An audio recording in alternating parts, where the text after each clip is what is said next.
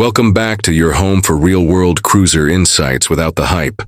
So, you're in the market for a cruiser, but the idea of dropping over $25,000 on a Harley-Davidson makes your wallet sweat, right? What if I told you there's a whole world of Japanese cruisers that not only deliver the iconic rumble and highway presence you're looking for, but also come with better reliability, lower maintenance, and way more bang for your buck? Let's get into 7 Japanese cruisers that challenge, and in some cases beat, Harley-Davidson at their own game. Number 7. Suzuki Boulevard C50, the highway hauler with heritage. Next up, the Suzuki Boulevard C50, an underrated heavyweight cruiser that echoes the smooth presence of Harley's Softail Classic, but without the hefty price or upkeep.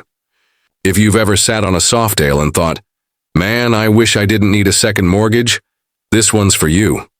At the heart of the C50 is an 805cc liquid-cooled V-twin, good for 53 horsepower and 53 lb-ft of torque.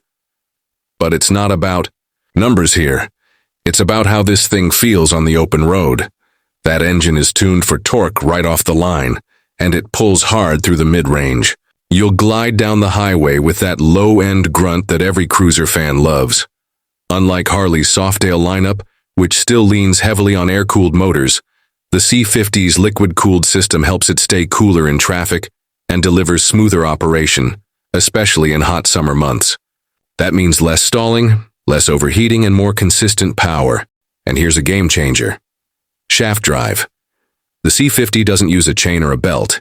It uses a sealed shaft drive system that's nearly maintenance-free. Compare that to Harley's belts, which can require tension adjustments, or chains that need regular cleaning and oiling.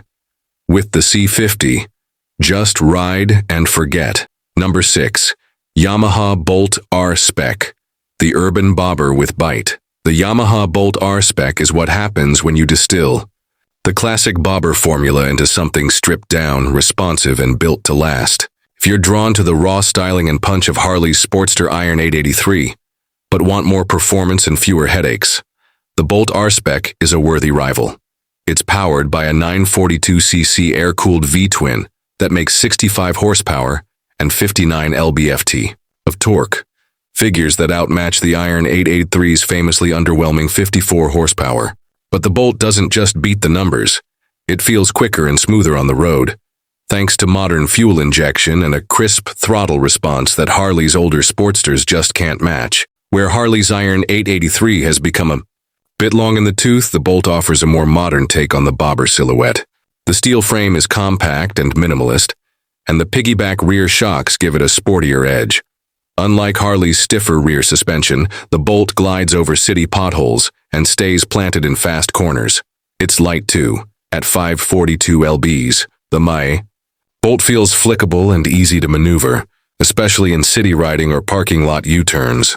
That makes it perfect for new riders or anyone who doesn't want to wrestle a 600-plus pound machine at every stoplight. Brakes are strong, with dual 298mm discs, offering much better stopping power than Harley's older Sportster models, which still run a rear drum brake. And when it comes to ergonomics, the Bolt's mid-controls and low seat height, 27.2 inches, offer a comfy, commanding position for all-day riding. Aesthetically, this thing nails the bobber vibe. Teardrop tank, blacked out, engine, minimalist LED lighting, and custom-ready styling. And the best part? It costs just $8,199. That's nearly $5,000 cheaper than a similarly equipped Harley. You can use that savings for upgrades, road trips, or just keep it in your pocket. If the Bolt's bobber look appeals to you, stick around. Our next bike brings classic full-fendered cruiser vibes, but with a buttery smooth ride and almost zero maintenance. Number 5. Honda Rebel 1100. Tech, torque, and touring muscle. Let's flip the script with the Honda Rebel 1100. A new school cruiser with next-level tech, performance that eats Harleys for breakfast, and comfort that rivals bikes twice. Its price. Under the tank is a liquid-cooled 1084cc parallel twin engine, borrowed from the Africa Twin adventure bike, tuned for low-end grunt. It delivers 86 horsepower and 72 lb-ft of torque, which blows away Harley's Softail standard, Street Bob, or even the Lowrider S when it comes to power-to-weight ratio. And speaking of weight, it's only 487 pounds. That's featherlight compared to Harley's 650-plus pound cruisers. Whether you're carving corners or maneuvering through traffic, the Rebel feels like a middleweight that hits like a heavyweight. What makes the Rebel 1100 special is its suite of rider aids and tech. You get 3 ride modes: Sport, Standard, and Rain, each adjusting throttle response, traction control, and engine braking. Want instant torque and sharp throttle? Hit Sport. Riding in the rain? Dial it down for safety. This kind of tech is usually reserved for high-end touring bikes, not cruisers. And then there's the DCT option, Honda's automatic dual-clutch transmission. That's right, no clutch lever, no gear shifting. Just twist the throttle and go. Perfect for beginners, commuters, or riders who just want a laid-back cruise. But don't worry, a 6-speed manual version is still available for purists who want full control. Suspension is top tier too, with an inverted 43mm front fork and piggyback rear shocks. Ride quality is firm but controlled, ideal for twisties or long hauls.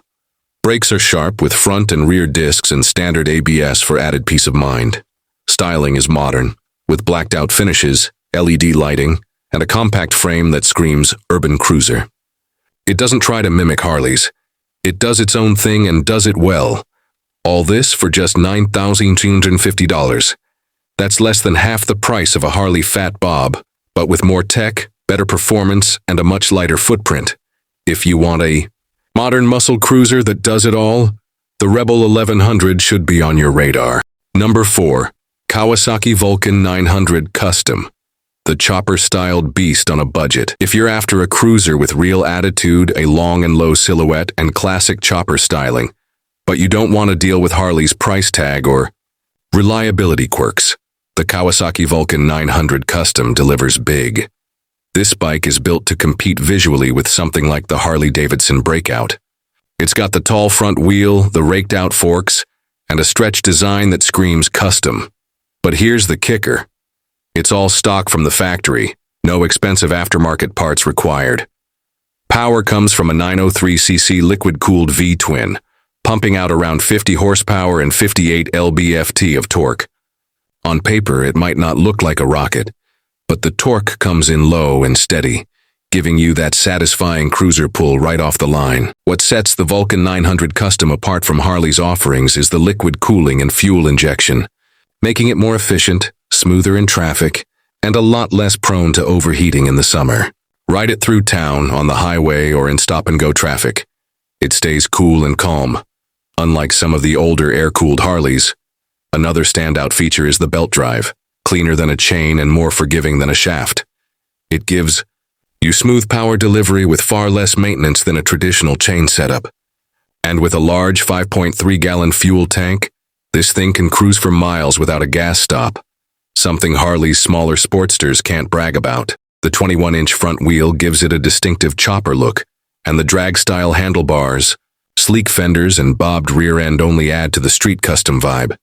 The ergonomics are laid back, with forward controls and a low 27-inch seat height, so riders of all sizes can get comfortable. At just $9,499, it's thousands cheaper than Harley's Breakout, or even the Softail Standard, and just as stylish. If you want custom looks without custom prices, the Vulcan 900 Custom checks all the boxes. Number 3. Honda Shadow Phantom, the low-key legend with all-day comfort. Now, if you're the kind of rider who loves stealthy style, buttery, smooth handling, and bomb-proof reliability, the Honda Shadow Phantom is your low-key hero. This bike has been around for years, and there's a reason Honda barely changes it. They nailed it. The Shadow Phantom runs a 745cc liquid-cooled V-twin, putting out about 44 horsepower and 47 lb-ft of torque. Sure, it's not the most powerful bike on this list, but that's not what it's trying to be. It's about delivering that smooth, classic cruiser ride in a package that's easy to own and a pleasure to ride. Where Harley's Sportster lineup has often been accused of feeling buzzy or stiff at low speeds, the Shadow Phantom glides effortlessly. Its fuel injection is tuned for flawless throttle response, and the shaft drive eliminates chain maintenance completely. It's the kind of bike you can fire up after sitting for a month and just ride. No drama, no fuss. The styling leans dark and minimal. Blacked out engine, exhaust, wheels, and handlebars, like it rolled out of a custom garage. And at just 543 pounds wet, it's nimble enough for city commuting, but still planted on the highway. The ergonomics are spot on too. A low seat height of 25.8 inches, relaxed mid-mounted pegs, and wide bars give it a neutral, comfy riding position that suits riders of all sizes. It's especially friendly for new riders who want something approachable but still full-sized. Brakes are simple. 296mm front disc and rear drum, but more than capable for this weight class. Suspension is soft and predictable, ideal for long rides or weekend getaways.